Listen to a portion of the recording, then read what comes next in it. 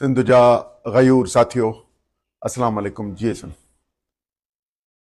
मुल्क आइन तहत हलंदो आहे।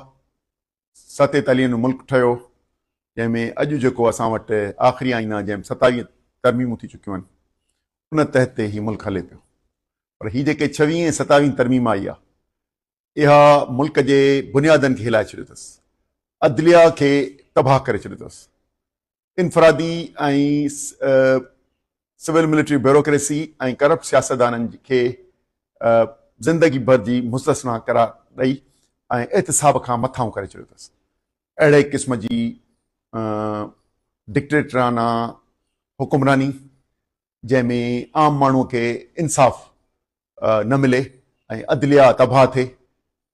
अवामी जेका सुप्रीमेसी आहे, उहा थींदी आहे पार्लियामेंट जे ज़रिए, सबक़त या बालादस्ती। उहा जॾहिं ख़तमु थी थिए, उहा ख़तमु कई वई आहे ऐं सिविल मिलिट्री ब्यूरोक्रेसी जी सुप्रीमेसी खे क़बूल कयो वियो आहे। त इन जे ख़िलाफ़ लाज़िम आहे त असांखे उथी खड़ो थियणु घुरिजे। ऐं उन करे TTAP तहरीके तहफ़्फ़ुज़ आइन पाकिस्तान में मुख़्तलिफ़ सियासी जमायतूं आहिनि जेके इन जे ख़िलाफ़ 21 तारीख़ ते 21 नवंबर 2025 ते सॼे मुल्क, चइनी सूबनि ऐं गिलगित बल्तिस्तान में कारो ॾींहुं करे मल्हाइनि पिया ही 26-27 तरमीम जे ख़ात्मे लाइ।